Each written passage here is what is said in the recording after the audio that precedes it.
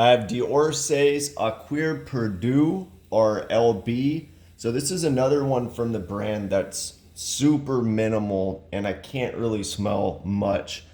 I get this clean and Broxton. It's not blue in any way. It's just this clean and Broxton that almost smells like alcohol or just a skin scent.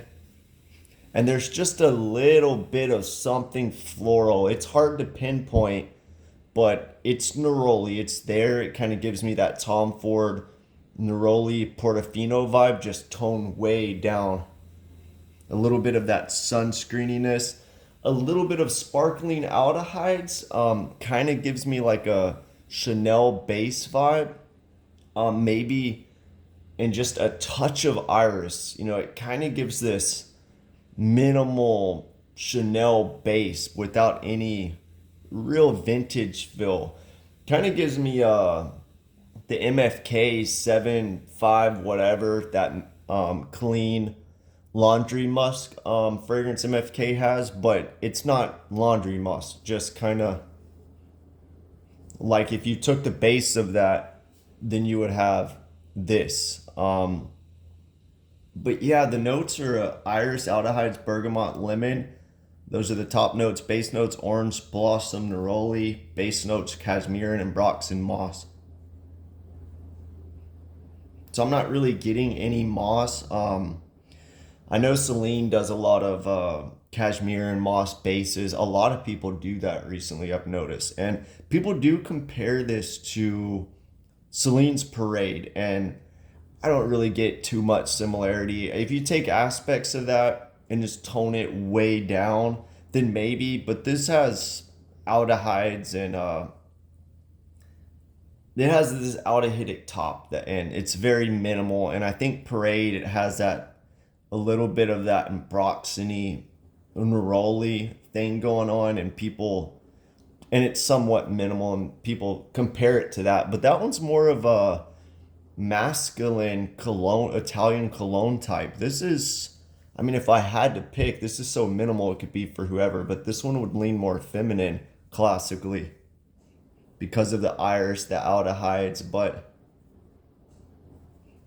it's so minimal. I mean, I can barely smell it. This is another one if you want a minimal fragrance, but it's not just ISO Super or Broxton on its own or Subtilox or something. If you want an actual fragrance that is as minimal as possible to where people can't really smell you, or if they do, you just smell clean. This is another one from this brand. The perfumer's Fanny Bao. She's a well-established perfumer. And usually her stuff, I feel like it's well made. It's just not for me. I like her stuff that she did for Givenchy. That's probably what she's most known for. She has, I don't know, at least a dozen fragrance from Givenchy. Irresistible, I feel like, is one of the better designer lines out there. She also has done a couple from Les Bains, Gorbos, Damier, Rosotonic. I like Rosotonic from Les Bains. Again, even with that one, it kind of dries down in Broxton and Demier from that brand. It's good. It's well rounded, just not for me. She's also done Zoologist Rabbit. A lot of people like that. I don't like it at all. Too sweet. Anyway, the brand obviously is going for this minimal skin scent type vibe, modern, and for 140, they do it well. It's just, I think it's something to be aware of if you like clean, minimal scents. This is a brand to go to, more so than what is it, eccentric molecules that just add one note. These are actually crafted perfumes. They're just minimal. Yeah, overall, a minimal aroma chemical, clean aroma chemical base, touch of that springtime neroli thing. I'm sure orange blossoms in there. I mostly get that neroli, and then just a light aldehydic iris top. the aldehydes remind me of MFK, how he utilizes aldehydes, and the iris kind of reminds me of how Chanel or Celine would do it with not really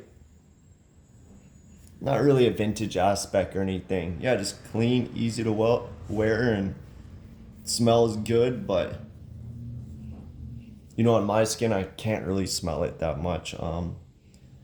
It's just so minimal. That's the main thing with this fragrance. But yeah, let me know what you think of the ORSAY's LB if you've smelled it.